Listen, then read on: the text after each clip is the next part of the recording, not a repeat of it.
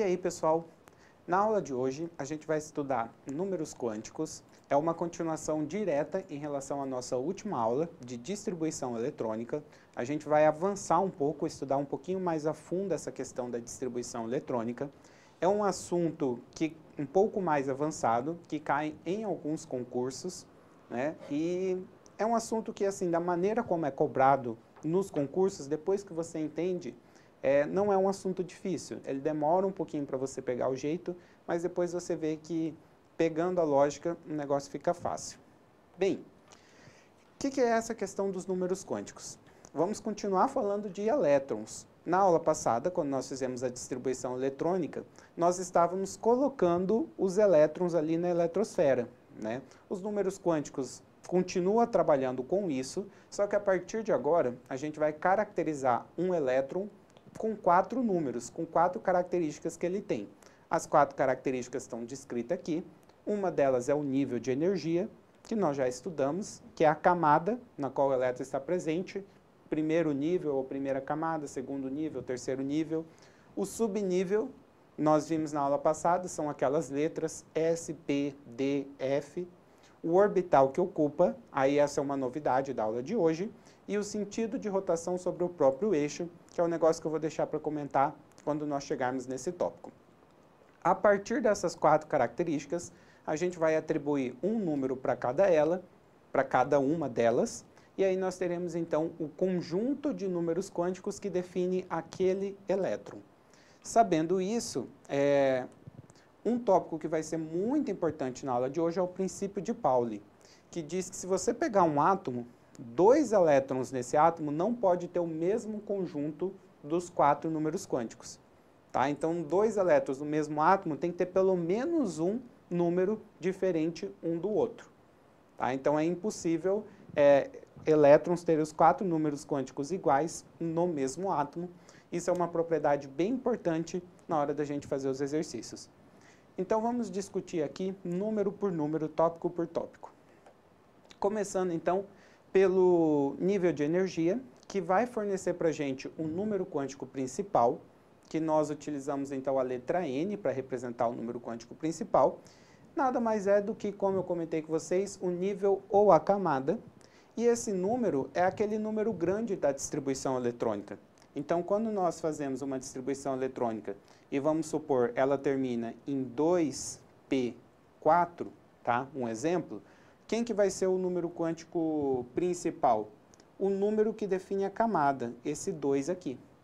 Tá? Então, o número quântico principal desse último elétron aqui, N igual a 2. Não tem muito segredo, tá? Inclusive, a gente usava essa questão do nível para determinar, né, qual que era a última camada, e ela vai determinar, então, o nosso número quântico principal.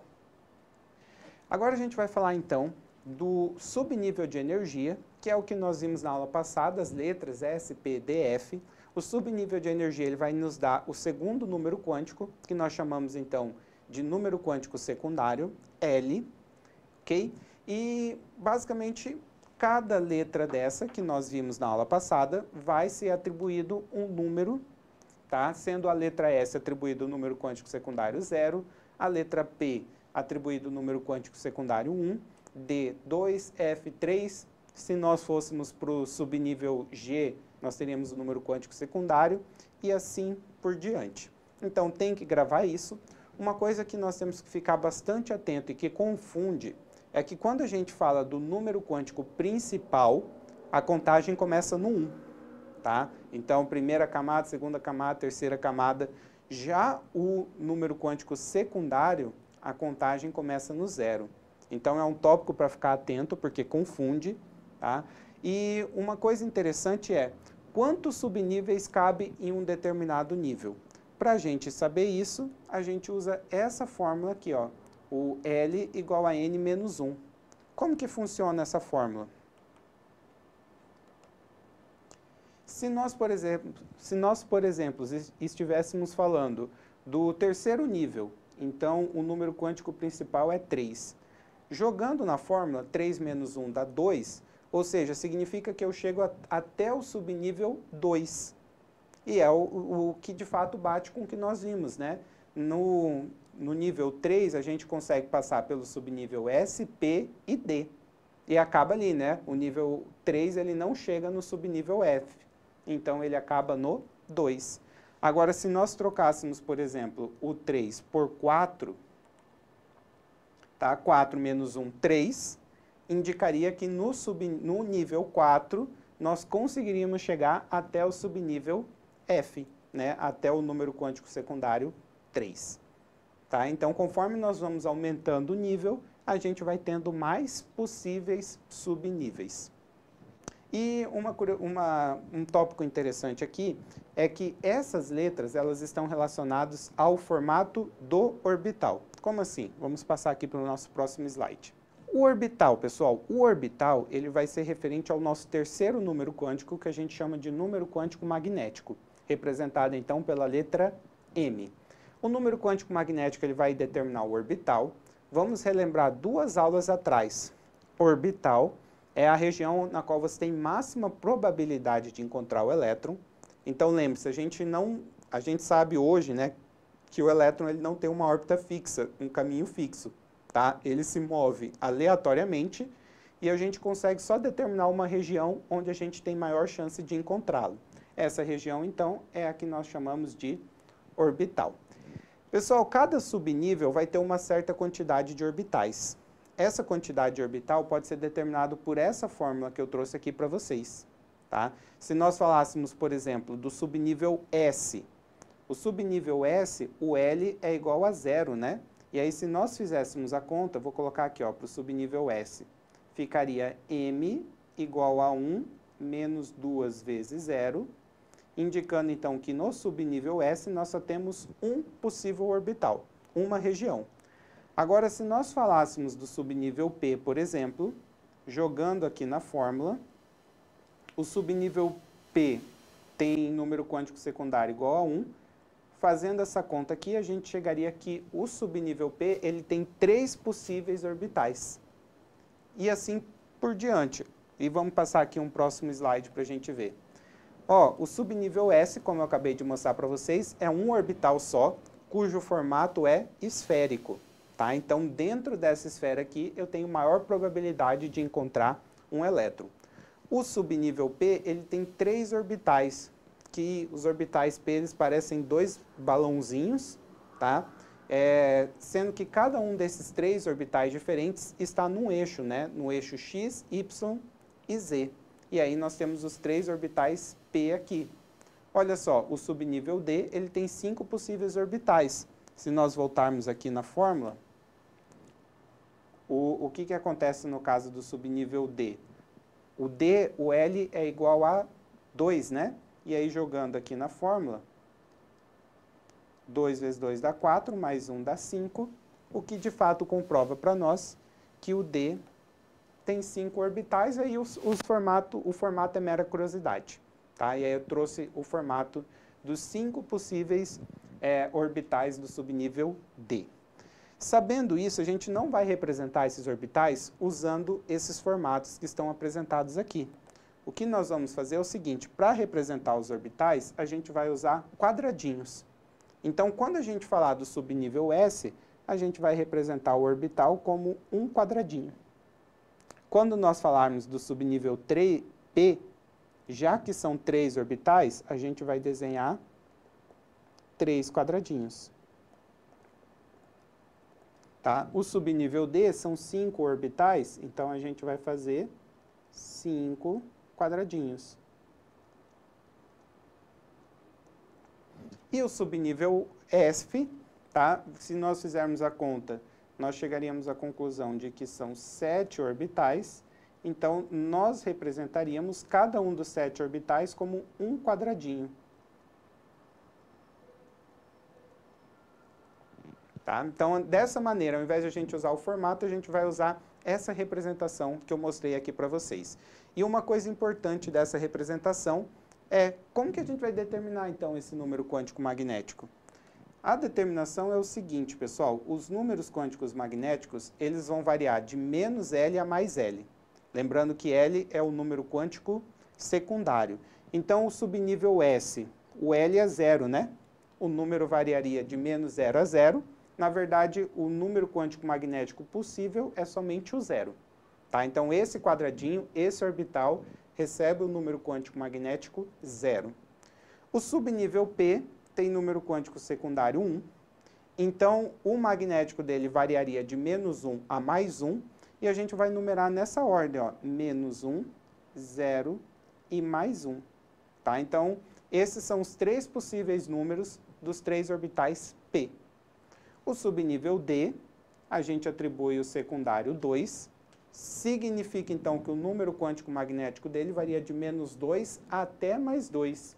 Então, seria menos 2, menos 1, 0, mais 1 e mais 2. Está aqui, ó, os 5 possíveis números quânticos magnéticos de D. O F é 3, significa então que ele vai de menos 3 até mais 3. Esses são os números quânticos magnéticos. Passando para o nosso último número quântico, o nosso quarto e último número quântico, o número quântico de spin, simplificadamente, tá, a gente fala que spin é o sentido de rotação do elétron sobre o próprio eixo. Não é uma definição 100% correta, mas é uma maneira que ajuda a gente a entender o que acontece, tá? Que é o seguinte, o elétron ele pode rodar, né, como se fosse um planeta, ele pode rotacionar no sentido horário, ou, por exemplo, ele poderia rotacionar no sentido anti-horário. Para que eu consiga colocar 2 elétrons em um orbital, lembra que um orbital a gente representa por um quadradinho, cada orbital sempre vai caber 2 elétrons, só que para que eles caibam nesse orbital, eu preciso que eles estejam com spins opostos. Tá? Por quê? Porque se eu colocar 2 elétrons com o mesmo spin num orbital, a força de repulsão deles vai ser muito grande para eles ocuparem a mesma região. Então eu inverto o spin de um dos elétrons, o que diminui a força de repulsão, permitindo que 2 elétrons, então, ocupem o mesmo orbital. O número de spin pode ser 2, então, tá?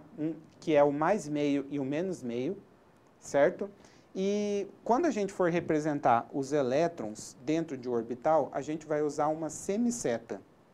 Semiceta é metade de uma seta, que é isso aqui que eu fiz, tá?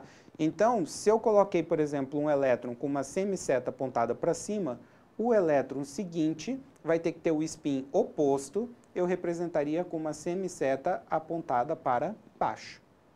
Tá? Essa, então, é a maneira da gente representar. O que não pode acontecer de forma alguma? Eu não posso, por exemplo, colocar 2 elétrons, 2 semisetas para cima, que estaria indicando que eu tenho 2 elétrons com o mesmo spin.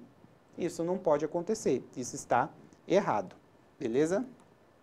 Então, ó, uma observação que eu coloquei aqui, né, os elétrons são representados por semisetas, as semisetas têm que estar apontadas por sentidos opostos, e uma última observação é, não há um padrão, não há uma definição de qual é o número quântico do primeiro elétron a ser colocado no orbital, se é mais meio ou se é menos meio.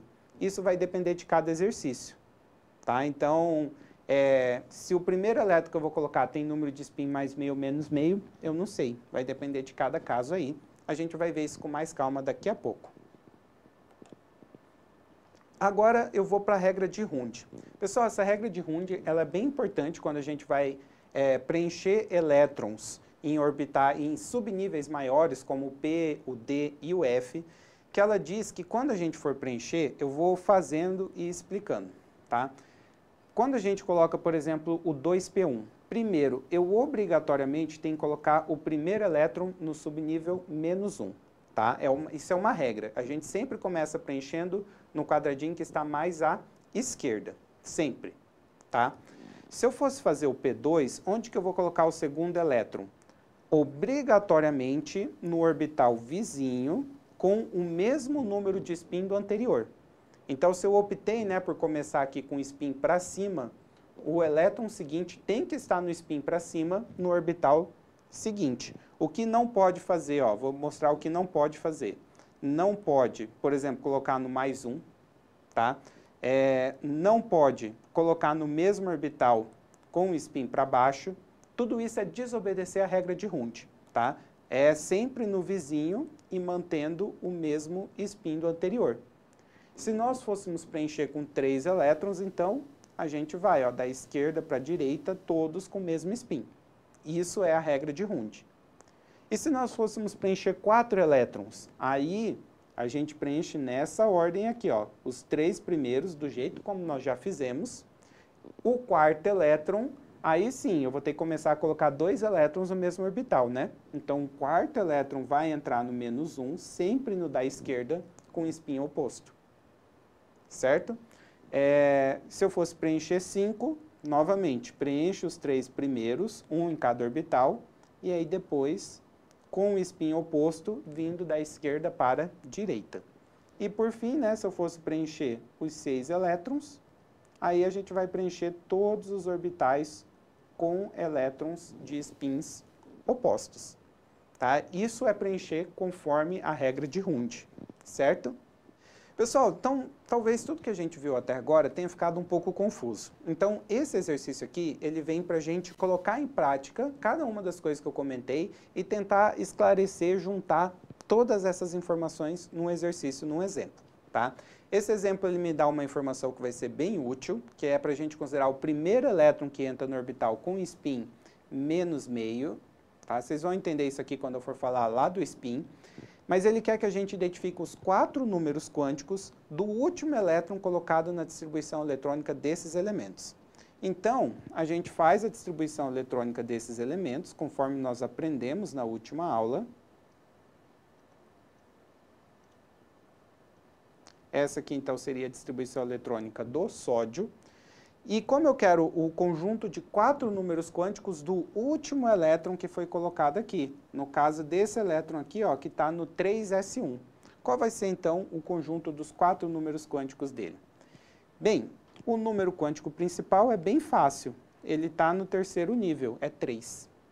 O número quântico secundário também é bem tranquilo, é no subnível S. Lembre-se que o subnível S a gente atribui o valor 0. Como nós estamos falando do subnível S, lembra que no S nós só temos um quadradinho, né?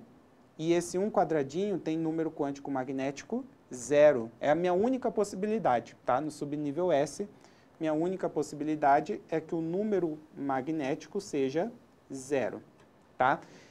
E eu vou preencher esse orbital com um elétron. Ele pediu para que esse 1 elétron tenha spin menos meio. O primeiro que eu colocar tem que ser menos meio. Então, só para ficar mais fácil da gente visualizar, eu vou colocar aqui para baixo, obedecendo o que ele mandou, e chegando à conclusão de que o número de spin é menos meio, já que esse elétron é o primeiro a entrar no orbital 3s. Fechamos. Esse é o conjunto de 4 números quânticos do último elétron do sódio. Ok? Agora nós faríamos do paládio. Bem, primeiramente nós teríamos que fazer a distribuição eletrônica. Até o 10, pessoal, nós temos o gás nobre conhecido como neônio. E eu vou continuar aqui, ó, o 10 é o 2p6, né? Eu vou continuar aqui para frente. Então, nós temos 3s2, 3p6, 4s2, 3d10, deu 30, 4p6, nós tivemos então 36, depois 5s2, 38, e para fechar então no 46 nós precisaríamos do 4d10, daria 48, então 4d8, né? Eu vou apagar aqui, para que nós tenhamos espaço. Ok, então o último elétron do paládio entrou lá no 4d8.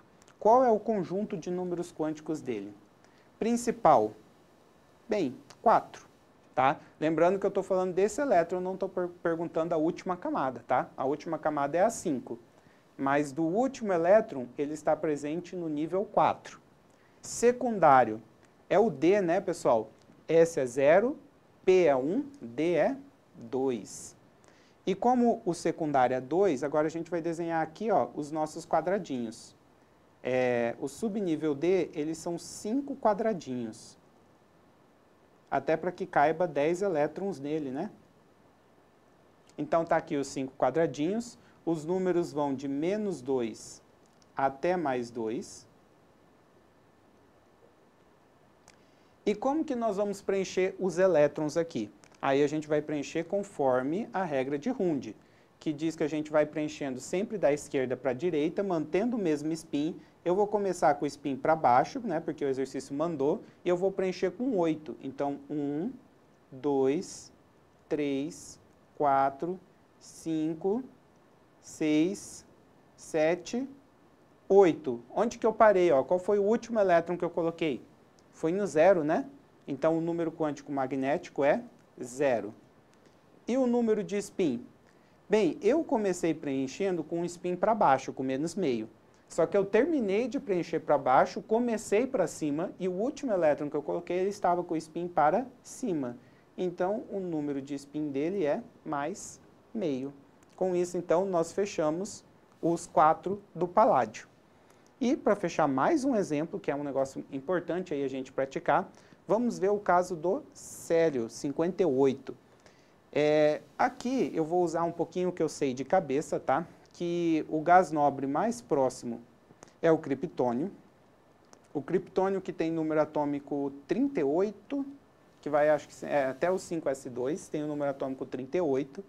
Deixa eu voltar aqui, ó, para a gente continuar. Tudo bem que agora ficou confuso, né? Mas depois do 5s2 vem o 4d10.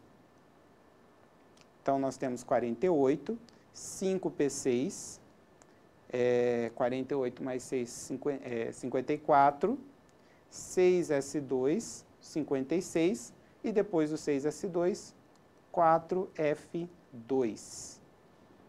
4f2, aí chegou no 58 do cério. E agora, quais são os conjuntos, então, de números quânticos? Os conjuntos vão ser principal 4, né? Afinal, o último entrou aqui no 4F2. Secundário, o F, ele é 3, né? S0, P1, D2, F3.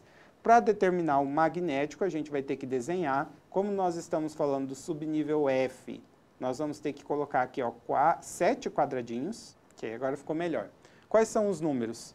Ele vai de menos 3 a mais 3. Então, vamos preenchendo aqui, ó, de menos 3 até mais 3. Ok, não ficou tão alinhado, mas dá para entender. E vamos preencher com quantos elétrons? Só com 2, né? Começando para baixo, porque o exercício mandou eu começar para baixo, tá? E vou preencher só com 2.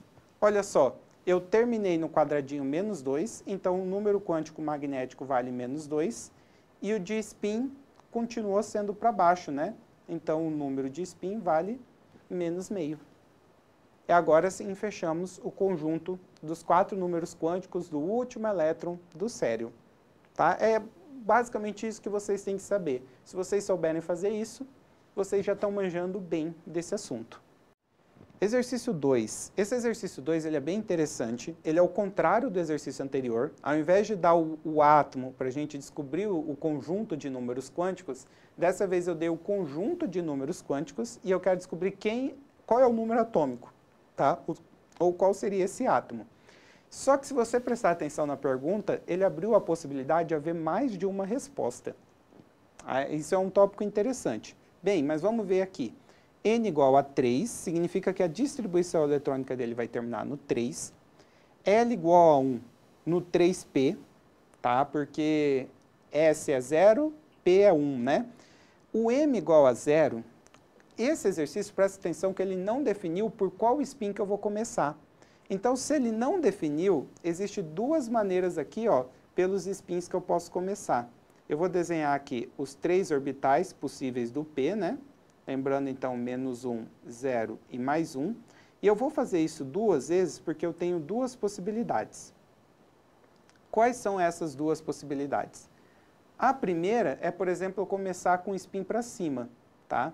E aí, eu pararia aqui, ó, no 0, no M igual a 0, tá? Com o spin mais meio. Isso indicaria que eu preenchi com quantos elétrons? Eu preenchi com 2.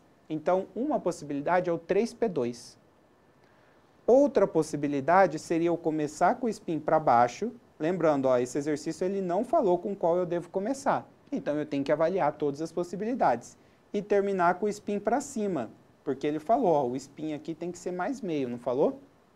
Nessa segunda possibilidade, eu acabei preenchendo o orbital com 5 elétrons. Então, por isso que eu tenho mais de 2 respostas. Como o exercício não definiu por onde eu começo, eu tinha 2 possibilidades. Terminar em 3p2 ou terminar em 3p5.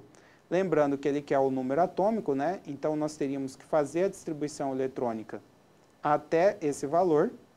Então, se nós fizermos a distribuição eletrônica até o p2, nós chegamos no número atômico de 14, tá? Seria o silício. E se nós fizermos até o P5,